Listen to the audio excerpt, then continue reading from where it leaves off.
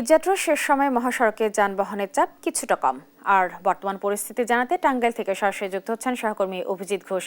অভিজিৎ, এই যে শেষ সময়ে ঈদযাত্রায় আপনি সড়ক পরিস্থিতি কেমন দেখছেন আর যাত্রীদের চাপ মহাসড়কে কেমন দেখছেন?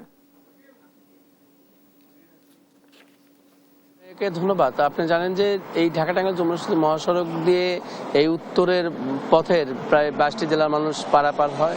আর এবছরও এই যে ঈদ যাত্রা, সেই ঈদ যাত্রায় মানুষের গতকালকে যে ভোগান্তি ছিল সারাদিন, সেই ভোগান্তি শেষ হয়েছে রাত 8টার পরে।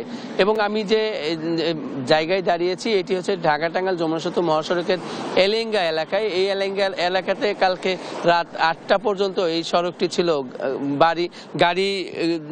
গাড়ি বোঝাই, যে সে কারণে যে সড়কটি এখন কিন্তু পুরোটাই ফাঁকা। এবং বলা চলে ঈদের আগের দিন মানুষ স্বস্তি নিয়ে যাচ্ছেন, কিছু কিছু পরিবহন রয়েছে এবং পাশাপাশি এই মহাসড়ক পুরোটাই ফাঁকা রয়েছে। আপনি দেখতে পাচ্ছেন যে এই যে মহাসড়কটি এই ঢাকাগামী এবং উত্তরবঙ্গগামী যে দুটি লেনই কিন্তু এখন ফাঁকা।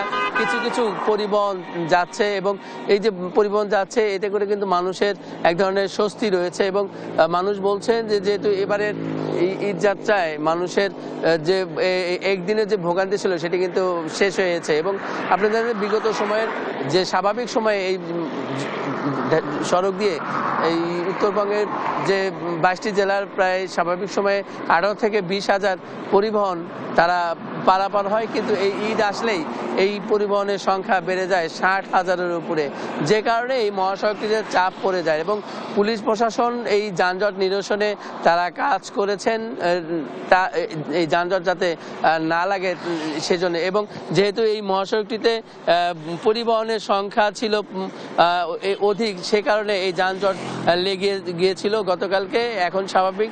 এবং পুলিশ বলছে মহাসড়কের 4 লেনের সুবিধা পেলেও যমুনা সেতু যে রয়েছে সেটি দুই লেনে থাকার কারণে এই মহাসড়কের চাপ সেতুতে গিয়ে পড়ে, যে কারণে সেতু যদি 4 লেনের হতো তাহলে এই ঈদের সময় এই মহাসড়কের যানজট পড়তো না। এই ছিল ঢাকা টাঙ্গাইল যমুনা সেতু মহাসড়ক থেকে আমার কাছে সর্বশেষ।